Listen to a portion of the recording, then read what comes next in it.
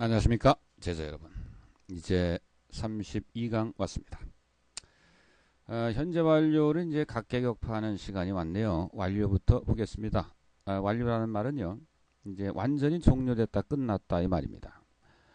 읽어보시죠. 과거에 시작한 일이 일단 역시 출발점은 과거죠. 현재 다 끝나서 더 이상 그 일을 안 해도 되는 상태, 혹은 아직 그 일을 완료하지 못해서, 끝내지 못해서 아직 뭐 지지부진한 상태, 아직 끝나지 않은 상태, 이런 것을 나타내는 용법이 완료 용법입니다. 그렇기 때문에 흔히 옆에 보죠. just 막 끝냈다. already 무슨 뜻이야? already가 이미, 벌써, 이미 끝냈다. 벌써 끝냈는가? yet 아직 못 끝냈다. now 지금 끝냈다. 이런 식으로, 이런 부사와 자연스럽게 또 어울리죠. 당연히 또 대표 동사로는 끝마치다 라는 의미를 갖는 have finished, have done, have completed. 재밌는 것은 have done의 원형은 do죠. have done 해석 어떻게 하겠어요? 우리나라 말엔 현재 완료적 해석이 없으니까 했다 이렇게 된다. have finished는 끝 마쳤다, have done은 했다. 같은 얘기야. 너 숙제 끝 마쳤어? 너 숙제 했니? 이건 똑같은 얘기. completed 완결시키다니까 끝냈다, 똑같죠. 자, 예문 한번 보실까요? She has just finished her homework. 그녀는 자신의 숙제를 막 끝마쳤다, 이런 뜻입니다. 이 just가 들어감으로 해서 그 끝낸 시점이 얼마 되지 않는다라는 걸 알 수 있죠. 그 다음 아래에 있는 예문은 그는 집에 아직 도착하지 않았다. 예시 있죠. 집에 도착한 시점 아직 되지 않았습니다. 그러나 이 학생들 이런 질문을 많이 해요. 선생님, 완료가 안 됐는데 도착하지 않았는데도 완료 용법인가요? 이런 질문을 해. 그렇죠.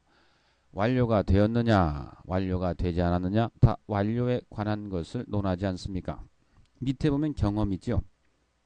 어떤 학생이 이런 또 질문을 해요. 선생님, 나는 제주도에 가본 경험이 없다. 그 가본 경험이 없으니까 경험 용법이 아닌 건 알겠는데요. 그럼 무슨 용법이에요? 이렇게 물어봐. 아니, 경험이 있어도 경험이 없어도 다 경험을 논하는 것이니까 당연히 경험 용법이죠. 그러니까 도착했다만 완료가 아니라 아직 도착하지 않았다, 이것도 완료고, 벌써 도착했느냐, 이것도 완료입니다. 이해하십니까? 끝 마쳤다도 완료고요. 아직 끝 마치지 못했다도 완료예요. 왜? 끝 마쳤느냐, 끝 마치지 않았느냐, 이걸 논하는, 이게 전체가 다 완료를 의미하지 않습니까? 이게 완료용법입니다. 그러면은 위에 있는 예문 가지고 한번 해볼까? She has just finished her homework에서 has just 날려보세요. 잠깐. has just를 손가락으로 이렇게 눌러보세요. 눌러보면은 그녀는 자신의 숙제를 끝 마쳤다, 이렇게 되죠. 그렇지. 이건 무슨 시제가 돼? 과거 시제가 되는 거야. 무슨 말인지 알겠어요?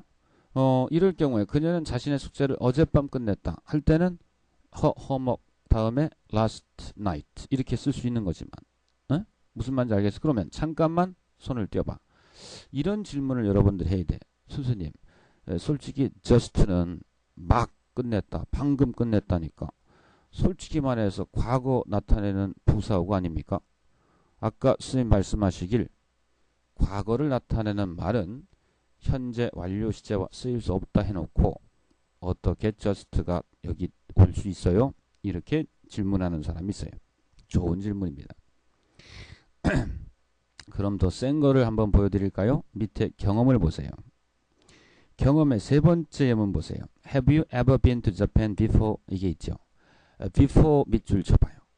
여러분, before라는 것은 굉장히 어떻습니까? 완전 선생님은 개인적으로 과거를 나타내는 부사, 과거를 나타내는 말 중에 before만큼 강한 어떤 과거성을 지닌 게 있는지 한 궁금해요. 그만큼 before는 이전에, 전에란 뜻의 확실한 과거 부사어죠. 그런데 현재 완료 여기 쓰이고 있단 말이야. 자, 그러면 이쯤에서 여러분들이 아직 몇 페이지를 읽어보지 않았지? 147페이지에 있는 왕글샘 코너 있죠? 이걸 읽어보지 않은 분들은 여러분들 잠깐 멈추고 이걸 반드시 먼저 지금 읽어봐요. 그리고 나서 쌤하고만 얘기해 봅시다. 그러면 읽은 분들은 그냥 쌤 강의 쭉 들으면 되고, 지금 안 읽은 분들 한번 읽어보세요. 자, 선생님도 한번 같이 볼까? 자, 그 왕글샘 코너 보세요. 현재 완료는 기준이 되는 시제가 현재이므로 과거를 나타내는 부사하고 함께 쓰일 수 없느니라. 이 과거를 나타내는 것들을 현재 완료와 함께 쓰는 일이 아예 없도록 해야 한다. 알겠느냐? 하니까 아이들이 네 이래요. 그런데 질문이 들어오죠. 학생한테. 스승님, 현재 완료 용법에 나온 just는 방금 직전에란 뜻의 과거의 의미를 나타내고요. 경험 용법에 나온 before 역시 이전에란 과거의 의미를 가지고 있는데요. 이 단어들은 어째서 현재 완료와 함께 쓰이나요? 이렇게 질문했어요. 그리고 요쯤까지 읽고 다시 위로 올라가 봐요. 현재 완료와 함께 쓰일 수 없는 과거 표시, 부사, 부사구, 중요 표시 있죠. 보니까 어제, 지난 월요일, 어젯밤, 작년, 이틀 전, 5년 전, 방금 전, when, 이게 의문사 when이에요. 이런 과거 지칭 부사구들은 현재 완료 쓸 수 없다 해놨어. 그 just와 before는 왜 예외로 이렇게 했느냐 이 말이에요. 응? 밑에 또 읽어보죠. 참으로 허를 찌르는 기가 막힌 질문이다. 대한민국의 모든 문법책에는 대한민국 문법책 말고 영국, 미국 문법책도 마찬가지. 현재 완료와 과거를 나타내는 말은 같이 쓸 수 없다고 규정해 놓고 있다. 그리고 나서는 just와 before가 들어간 현재 완료 예문을 동시에 책에 떡하니 싣고 있단 말이에요. 이게 바로 영어의 아이러니이자 묘미니라. 묘미라뇨. 전 머리통 터집니다. 너무 헷갈려서. 자, 이 문제를 제대로 해결하기 위해서 비록 왕초보 영어를 배우는 너희들에게는 전혀 어울리진 않겠지만 조금은 고급스러운 문법 이론을 하나 소개해야겠다. 그렇고요. 기술 문법 descriptive grammar하고 규정 문법 prescriptive grammar 이렇게 설명하고 있죠.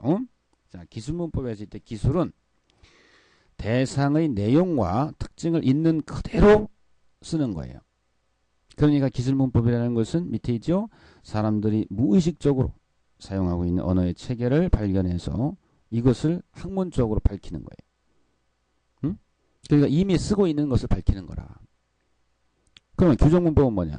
규정의 의미가 규칙으로 정함이니까 규정문법이란 사람들이 말을 할 때 이렇게 해라 혹은 이렇게 하지 말라 라고 규정을 짓는 문법 이론입니다. 자, 그 아직까지 모르겠지. 자, 쉽게 말하면 맞춤법을 통일한다거나 표준어 규정을 하는 것을 말합니다.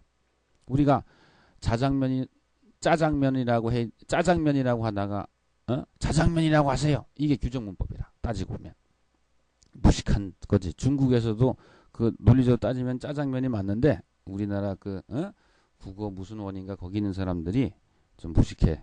그 사람들 그 자장면이라고 한 게 오히려 잘못된 거예요 지금. 그렇지만 그 규정문법이라고. 응? 자, 이제 저기 한번 그 다음 장 읽어보세요.